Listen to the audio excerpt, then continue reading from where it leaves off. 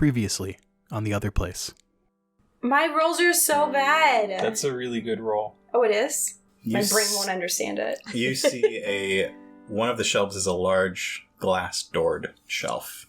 Ooh. It looks like it's got a lock on it, and walking up to it, you see that some of the texts inside, they look like the sort of stuff that would be in the forbidden section at the tower.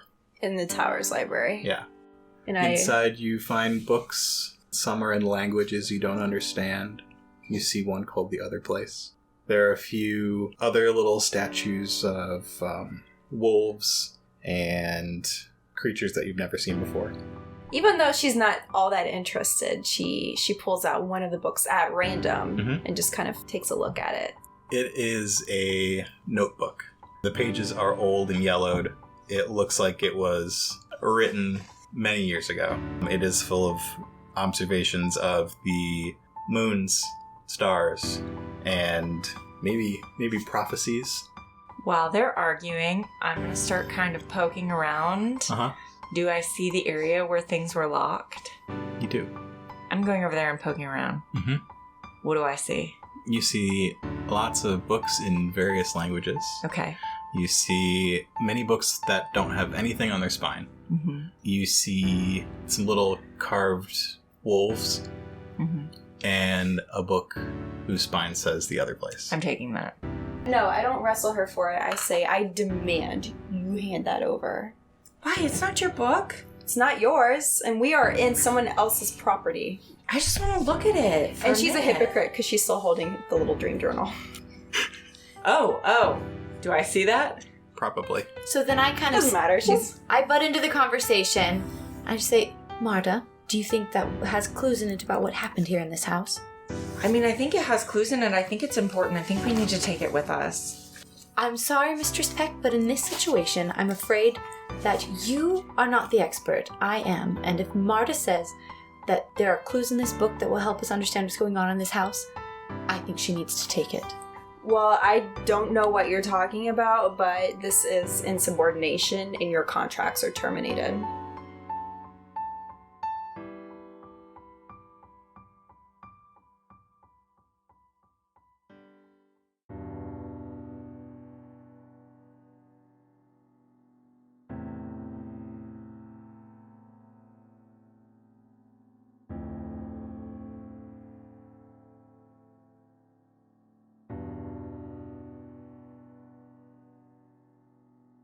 We have like a split screen. We see Marda reading this book by candlelight and Peck reading this book by the fireplace and lanterns and everything that's down in the common room. Little spectacles are pushed all the way down. Are they like pince-nez that sit on? I love it. And I'm just And you're passed out. drooling. With some drool going down my chin. I've Just snoring ridiculously. tucked back kind of behind her bed, and I've got the candle like kind of underneath the bed because it's not going to produce enough heat to start fire, but it's going to dim it. So you like made like the tent over. Yeah, I'm like, Love that. Marda, the book you're reading reads like a mythology. It explains the creation story as you know it. The book that Peck is reading is oddly similar to the book that Marda's reading. Neither of them know this, but there's a lot of overlapping imagery and similar words. Both detail another world. Peck notices a lot of similarities between what she's reading and the things that the paladins are taught. The Seven Rivers come up a lot. The organization of death. All that is in that dream journal. Along with descriptions of other places that are accessible by death. I think Marda probably reads until she is ready to pass out. I would push through even taking strain to finish that book. Yeah, you stay up all night? I would stay up all night to finish that book if that's what it takes. I think in doing that, you probably retain a quarter of it. A quarter of my strength? I mean, the book. No, I don't want to retain a quarter of it. I want to retain all of it. You think you retained all of it. Okay. And then I'm going to squirrel it back in my satchel. Yeah. Because I'm going to read this book every night. You know, it was a shorter read than it seemed like it should have been. By the time you heard Peck's door open and close. You are done. I'm going to put the book back in my bag. I'm going to take my bag with me to bed, clutching it, blow out a candle, and go sleep. Is there anything else Peck does before going to sleep? I sort of tuck the book away in... How big is the book? It's about the size of the books that we have. So she could carry it Small on her hardcover. person. Yeah. So I tuck it away in some place on my person. And I thought about this, and I want to say that she used to have allies at the Iron Tower. Kind of older mentor figures that she could trust. But Balthazar's growing influence kind of forced them out early. So now she no longer has people she can rely on. Yeah. In the tower, but she's still thinking about those other figures. I'm wondering if she should consult them. Write a letter, Yeah. maybe. So the three of you go to sleep for the night. The next morning, Peck wakes up at the crack of dawn. I shuffle around in my nest. Yep. And I think Chauncey and Marda was up late. Chauncey wasn't feeling great. I think they both sleep in an hour or two after that. Well, I mean, we don't have a job anymore, so... Yeah. Do you all head down to the common room for a morning meal? Yes. Sure. Does this mean we recover all of our strain? Yes. Okay. So do I have any strain left at all? You're down to 0. So Chauncey wakes up, the sound of the rooster crowing, and... Not me. Well, no, I don't wake up at the sound of the rooster crowing because we slept in quite a bit. So Chauncey woke up and was shocked to not hear the rooster crowing. No. You hear the hustle and bustle of the streets outside. Honk honk! Hey, get off the road! You don't know it yet, but it is market day. Ooh, market day. So it's going to be a busy day out there. Delicious. Shopping episode. Makeover scene! episode. Lol episode. Yes. So Chauncey wakes up and opens her eyes and feels so much better than the day before. You're still sore. That cold, but that Yeah. coldness that she had felt at her core had gone away. She feels like she has thawed and her body's warmed up again, and she feels like there's life and vitality flowing through her. And she goes to sit up really quickly and just slows down because every muscle in her body is sore. So she gingerly gets out of bed and does some stretches and some cat yoga, and then looks over and says, Marda, are you awake? Hey, yes, this is Marda. Aren't you hungry? I'm famished. Don't you want to go downstairs and get some breakfast? Because, oh my goodness, what a day we're going to have. Yeah, okay, I'm getting up. And Marta rolls over, still clutching the bag of the book, and feels to make sure the book is still there, and looks to make sure the book is still there, and then gets up. And... Yep.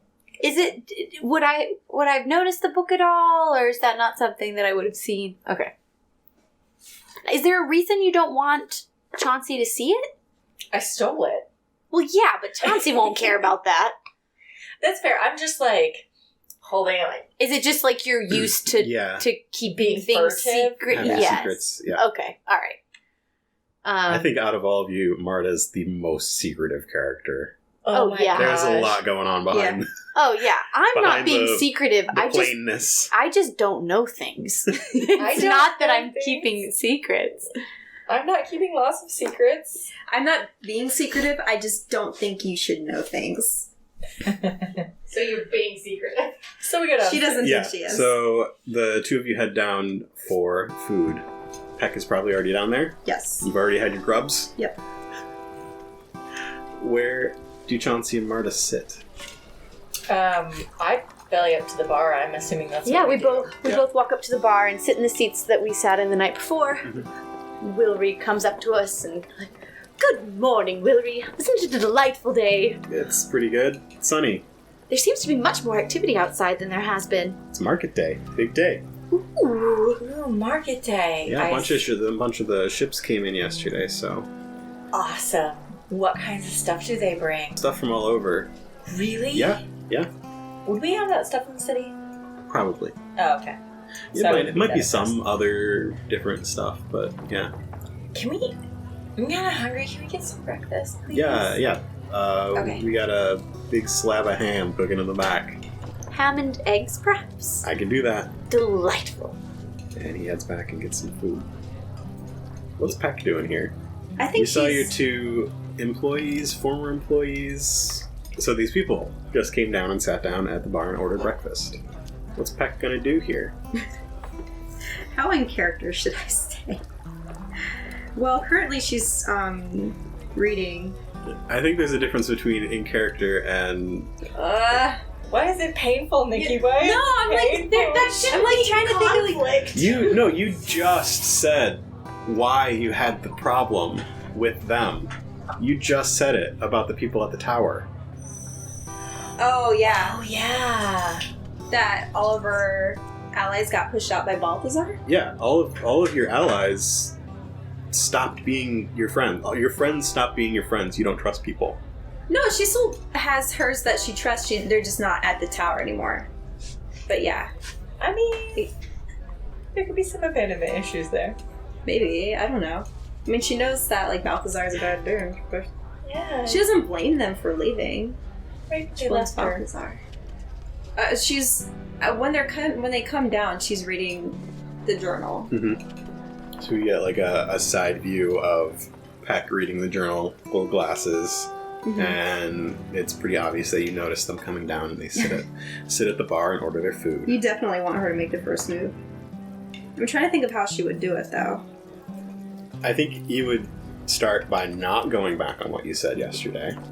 I think Peck would be adamant that they did the wrong thing, but maybe it is something worth pursuing. That, yes, they were terminated yesterday, but they get one small chance to prove themselves, or something along those lines. Yeah, she wants to phrase it in a way that she doesn't lose face. Yeah, exactly. Yeah. I guess she sort of snaps her stuff together and stand up. Sort of what? Or, option 3, just pretend it didn't happen. I could definitely see Peck doing that. Yeah, I could see her doing that too. Nothing happened She's not yesterday. the one to be like, you know what, I was so wrong Yeah. about the... She doesn't feel like she was wrong, but I do think she marches, sort of bird walks over to Marda and says, wait, did she know that Marda took the journal? Or the book? She saw Marda with it. yeah. So Marda's okay. got sticky hands. There is no proof. No one has seen that Marda has sticky hands. There's Alright, a but good I did chance see you that holding the book. that's true. I was Yes. Yesterday. hoping that I wasn't. So I sort of stiffly walk over to Marda and say, did you take that book that I saw you with yesterday? The one that you grabbed from the study. I assume you've read it. I assume you have it, and I assume you've read it. Is there anything there? What? What book is that? I hold it up and I say this evidently belonged to Bellman, the man who died. It was handwritten. It was handwritten. Wait, The drawings. so you took it from the house? We were attacked by a ghost. I wasn't exactly trying to put everything back in place. Oh. I'm kind of clutching my leather bag and bringing it a little closer, like doing a security feel on it, not really thinking about it. Well, I mean, we didn't have a lot of time, so yeah, I had to take the other book with me too. And I assume you've already read through it. Yeah, it's like a different kind of take on the creation story. I sort of look at the dream journal that I'm holding. Forbidden knowledge check. Is that a thing? It is. What is it? so It's actually not listed Oh. unless you've taken it. Yeah, it is on the bottom. I don't have any, but I have two until I have two. Alright, so it's going to be 2 against 3 purples. What? I was going to flip and change a red. No, you're not. It was poor. You've never heard any other creation story except the one that they've taught. Which the first chapter, or the first half of the book, that Marda took is that story, Mhm. right? But then there's the part 2. There's an additional bit, Right. Yeah. which Marda now knows, but Nobody else does. Peck does not. Well, I don't I do either. not. Because she hasn't shared any of that with me, right? You don't even know she's got the No, book. because you just woke up. We didn't have any pillow talk. No pillow talk occurred, lots of snoring. Too much snoring and drooling coming from my side of the room. It's a little distracting, that's why I didn't remember a quarter. That's right, it's my fault. So you were saying whether there was anything interesting in it that may pertain to what happened. Yeah, it doesn't really have anything to do with that. It's just a different, like a continuation on the creation story. I don't know. This is mostly just Peck's only real means of engaging, Oh, right. The conversation. The only excuse to talk to us. pretty much. I mean, Does my dream journal contain any information that her book does not? There are overlaps. Yours did not contain the additional creation story. So what was... Yeah, then what was it if it wasn't? It was Same. it was about death. What is its value then if it's just going to repeat Right. all of the information of the other book? It didn't repeat the other information. So what Marda read was this alternate creation story, Mhm. this addition onto the end of it. What you read was the descriptions of death and the Seven Rivers and places that are accessible by death, that in all very like dreamy language. It reads as though it's been written by someone who's actually seen these places. Yeah, there were the Seven Rivers. There was a place covered in muddy hills, a big dark pit, a maze of mirrors, deep and treacherous waters, a ruined city, does any of this sound familiar to me? no, Okay. a hedge maze filled with dim light, But Peck is not And- telling us this, right? no, No. Okay. and a large, expansive field of wildflowers. So those are the things that your book mentioned, that and the Seven Rivers and the... But it's only descriptions of things I already know of in You lore. have no idea any of Oh, that okay. stuff. So yeah, I didn't know if it was like common No, it's paladin all lore or- brand new to you. Okay. Well, I have no way of knowing whether any of this has a basis in, or if it's just a crazy person. Yeah, it just reads like a dream descent into journal. madness. I'm gonna actually recount the story to them as I remember it. Okay. In the beginning, the artificer was alone in the other place. After time immeasurable and long loneliness, the artificer decided that they would make something. Drawing upon themselves, they created 7 architects and the universe. The artificer was no more, but lived on through the architects and the infinity of the universe. The sculptor made the universe and all of the realms it contains. The timekeeper moved the clock ever forward. The mason built the worlds and their suns, their rocks and stones and their elements. The mariner filled the seas, lakes, and rivers and created creatures to dwell in their depths. The seer filled the skies with air and clouds and created creatures to fly in their heights. The guardian raised the plants and forests and created creatures to graze in their fields. The child stayed at home. The 6 thought the child was too naive to have a hand in creation. In the darkness, the child dreamt, and through their imagination, created magic. Things were good for a time. Animals roamed and changed and adapted to the world. There was peace. The trees and the mountains grew, the seas and rivers deepened and widened. After a time, the architects bored of each other and drifted to the corners of the universe. All except the guardian. The guardian did not want to leave the earth alone. She had grown fond of walking its grassy plains and mossy woods and had a deep love for the beasts that roved wild and free. But without the architects around, the guardian soon became lonely.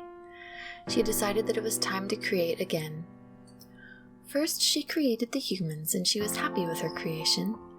As humans slowly traversed the earth, the guardian, proud of her work, decided to create again.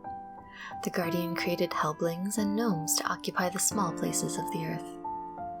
The guardian loved her creations and sought out the other architects to show them what she'd done. She visited the timekeeper in the southern corner of the universe, and to her surprise found that the timekeeper had also created again. He had created the elves and the orcs. Like the timekeeper, the elves were obsessed with the movements of the universe and dedicated their long lives to its study. Also like their maker, the orcs were strong and intelligent and walked with confidence and pride. She visited the sculptor in the northern corner of the universe, only to find that he had been creating again as well. He had made the dwarves.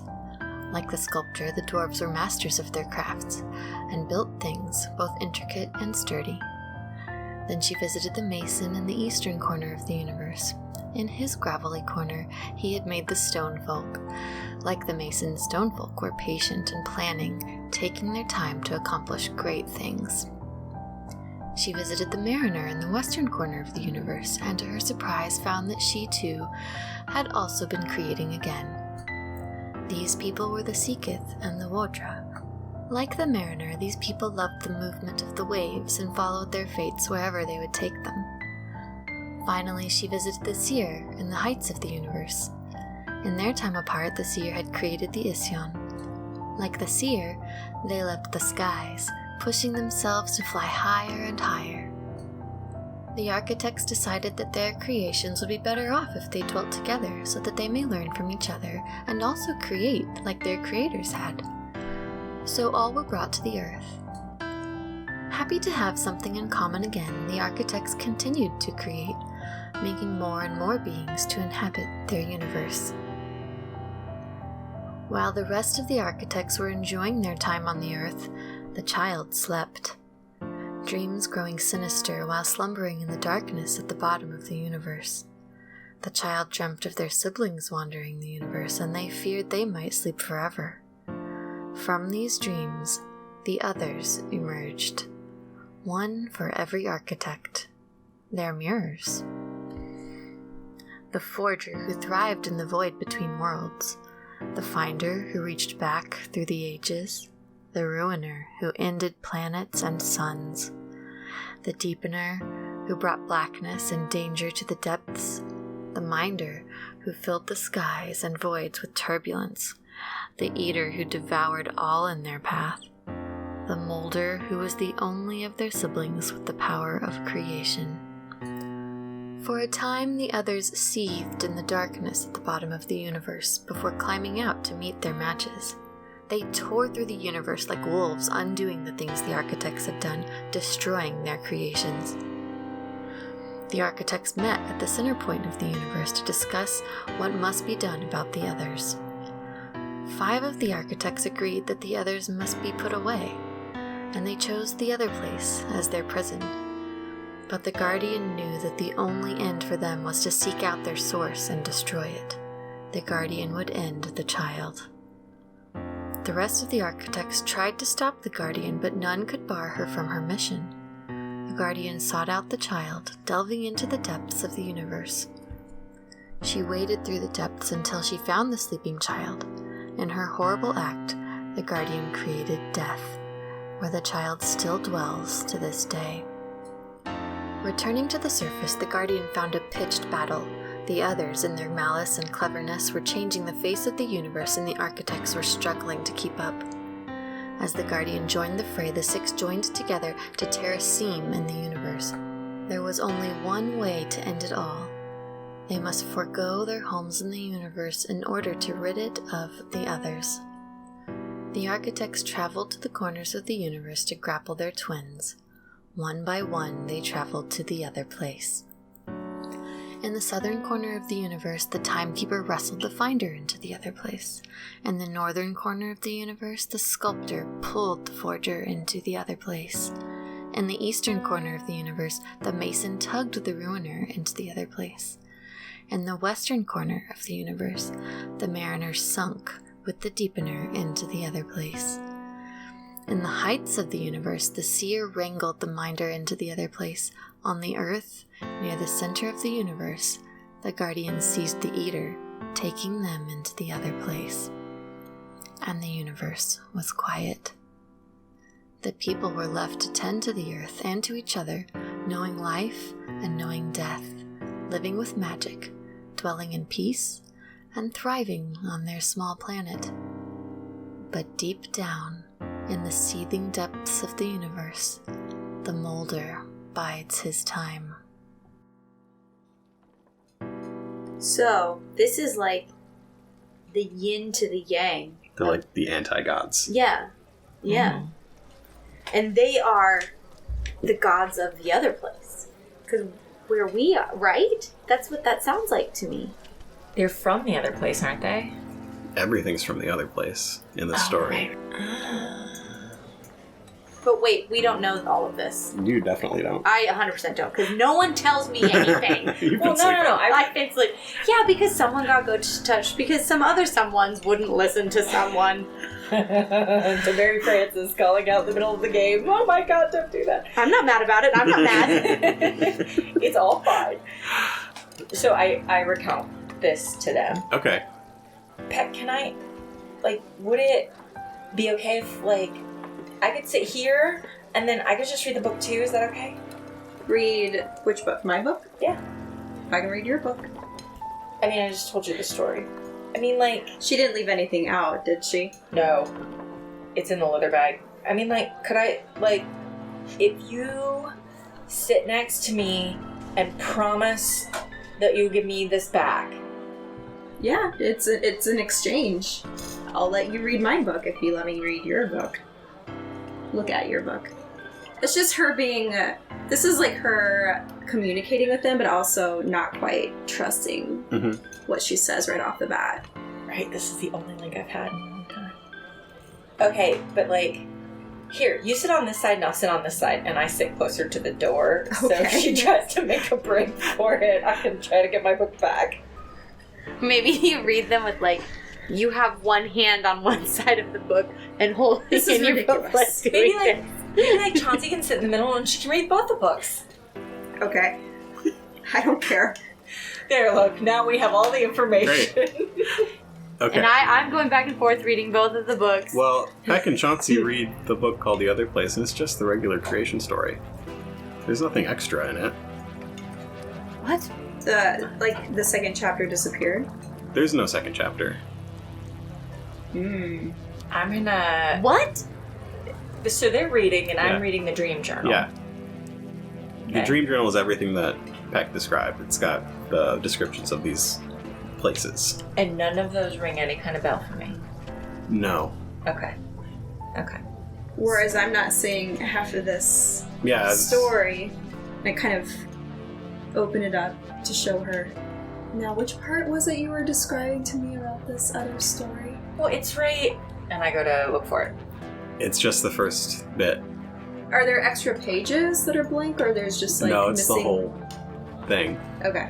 I mean, I guess I was really tired last night, and I mean, maybe I dreamed it. I'm looking really confused at the book, and opening the front, and opening the back, and thumbing through the pages. Wait, so you have the book now? Yeah, I gave it back to She her. gave it back to me. So it couldn't be something like a paladin. Maybe is it spelled so that a paladin can't Well, read it see, or my something? first thought is to do one of those little things to see if there is a spell on it. Yeah, like That's my first instinct. I can do that Yeah. much. My thought is maybe it's night and day. You get one story in the day and one story in the night. You're the only one who can actually do magic. which is so ironic. So I'd like a sense check from Chauncey. Okay. So, My what's your magic? primal. So roll primal. Okay. Yeah. So what, my 3 cunning? Yep. 1 rank in primal. So 2 greens, 1 yellow. And this is where I'm going to upgrade. I'm gonna say no. You don't get to say no. Oh, why? You get to flip another one, though. Okay. So I can just... Yeah. No, I flipped it for you. Oh, okay. I don't understand what it is if I can't make Whoa, it whoa, say whoa, no. whoa, whoa, whoa, whoa.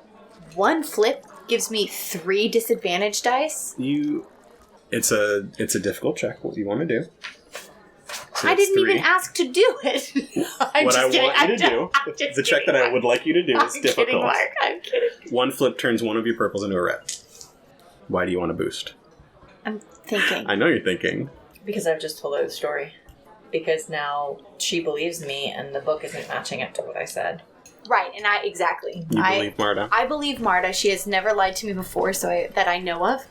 I still think she's not cunning enough to be that deceitful, which is unfair. Chauncey's learning, but she still is just kind of like, okay. Sweet, simple Marda. Yeah. She'd never lie to me. Take a blue. Okay, thanks. Thanks, friend. Terrible GM that made me keep KO'd. Okay. I have to go back in that house. Just wait to see what happens. Yeah, I'm going to be more prepared, and hopefully certain someones will listen to me when I talk. 1, 2, 3, 4. 4 successes, 2 failures, so 2 successes. 2 advantages, 1 threat, so 2 successes, 1 advantage. There is something magical about that book. What would you like your advantages to be? So the success is that I've identified that You've identified that magical. There is something about that book that is not it's not a normal book. My advantage... And it is also connected in some way to death. I have 2 advantages?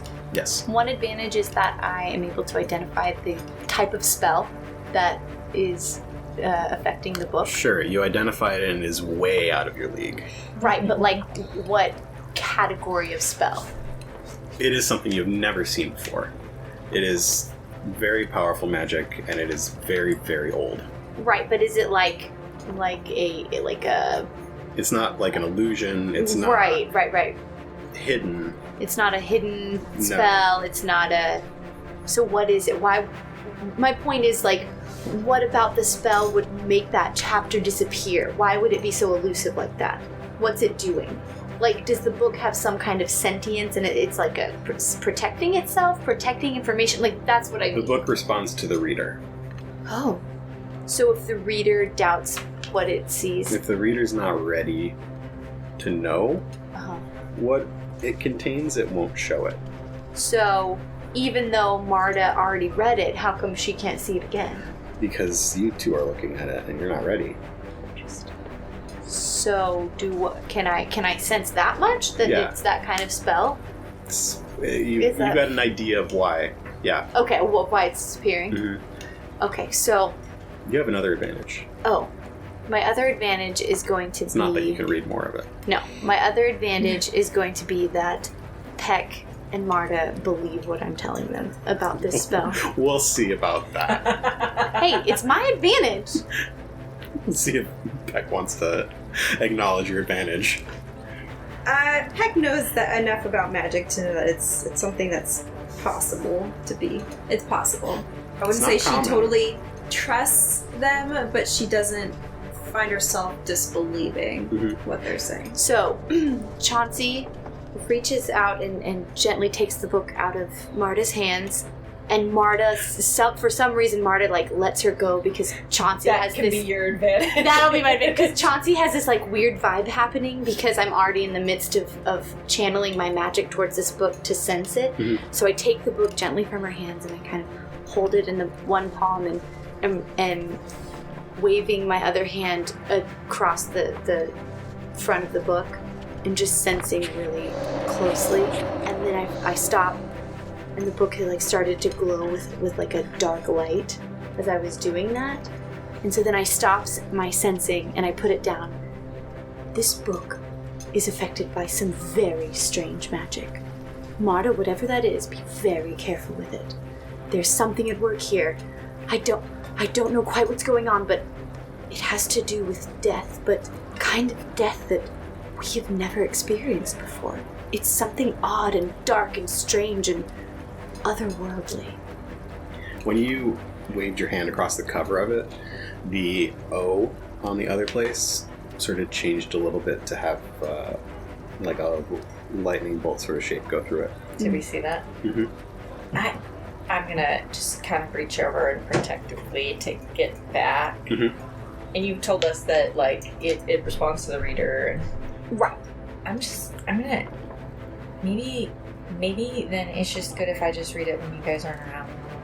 And maybe we'll just keep checking every now and again to see if you're ready yet. Because you'll be ready one day. I know you'll be ready. Peck loves that. And I just look at Marda and it's Marta, I just want you to know, Marda, I believe you. And I feel like I'm being super benevolent by saying this to her. Like you're really throwing her a bone. Throwing her a bone.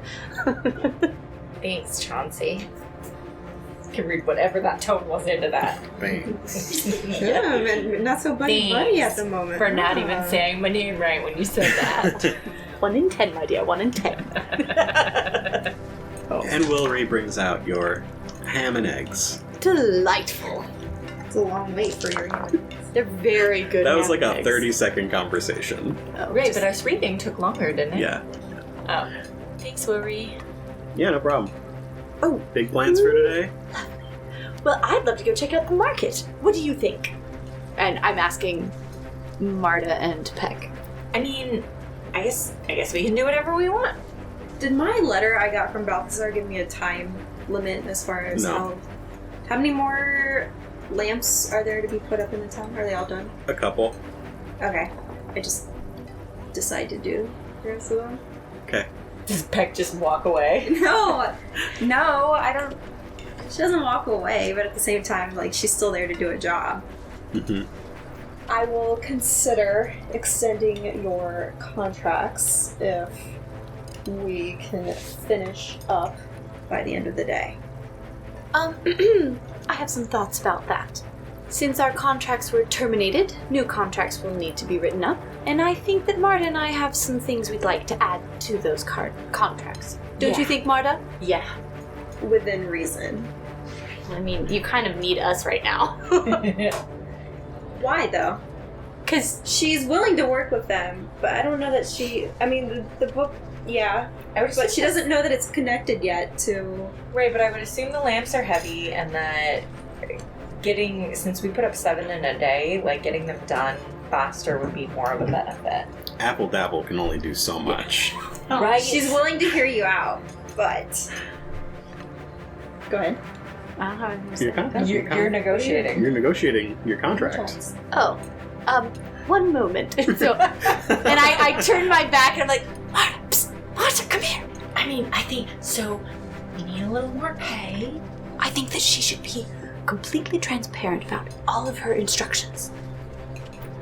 Okay, yeah, transparency is good, definitely more pay. And I think that we should have more say about the strategy that we employ. Because, I mean, there are situations we're going to be in where we'll know more than she does. And I really think it's completely unreasonable that our opinions are not taken into consideration. Yeah, I think this should be more like a partnership. Exactly. That's the perfect word, Marta. A partnership.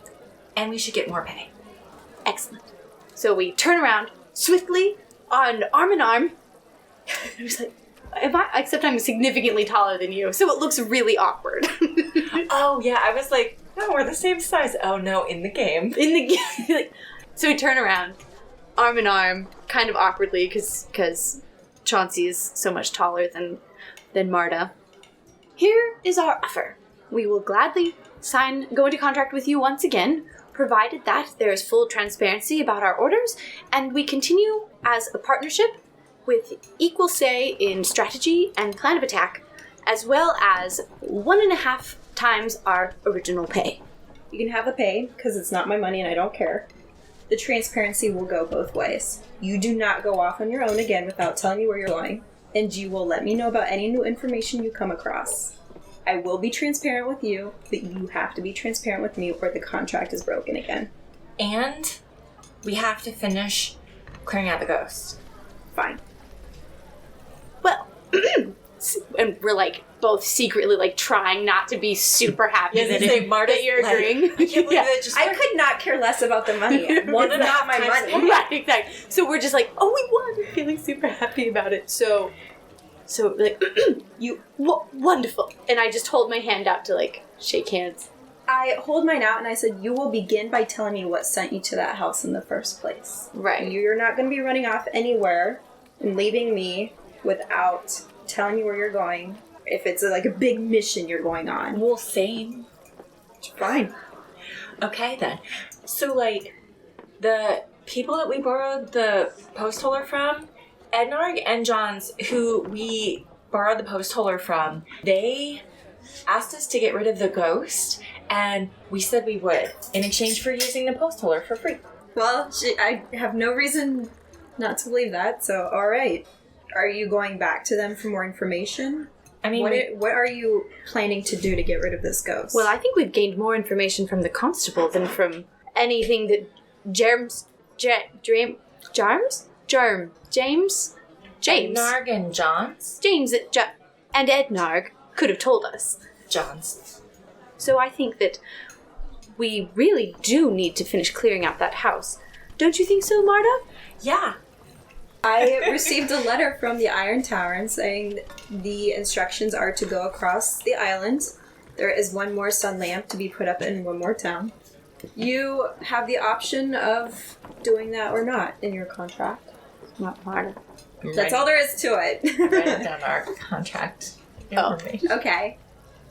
Yeah, and we got a letter too from the owners of the house. It We was super. did? We did. You were asleep last night. It's okay. I wasn't going to tell you.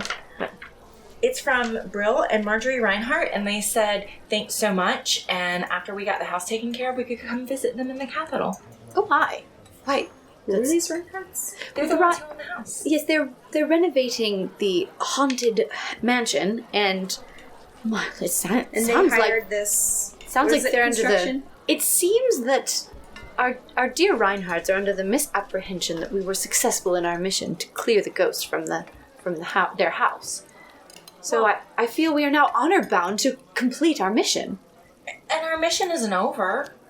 We just had a little setback. It's okay. We now know who the ghost is. True. We can use that information to our advantage. And then we can take care of the ghost and we can go halfway across the island. So then the ghost is taken care of already. I will assist however I can. Okay, Chauncey, what do we do? Well, I think that we probably need to replenish our salt stores since some of that was used last night, as I understand it. Good thinking. By the way, Marta, you seem to be a quick study. Marda, thanks. So I kind of outlined that we need to go to the market and all of us need to be equipped with salt and... Peck, do you have a sword of any kind? Yes. Oh, good. Okay, so It's Peck... the thing that I chopped off the ghost's hand with when it was trying Oh, right, of course. You're passed But out. I was passed out. Right. I have a sword. I used it to save your life. Thank you. I say between gritted teeth. And Marda, you don't have any kind of weapon, do you? I have... Or that we know of? I Does have that the have- whip Yeah. and I have bow and arrow.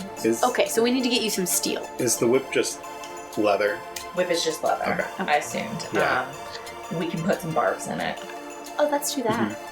That seems like it would be an inexpensive way of upgrading We're it. basically doing... an expensive way of upgrading my weapon. You're basically making it into like a cat o' nine tails. Yep. Terrifying. Ouch!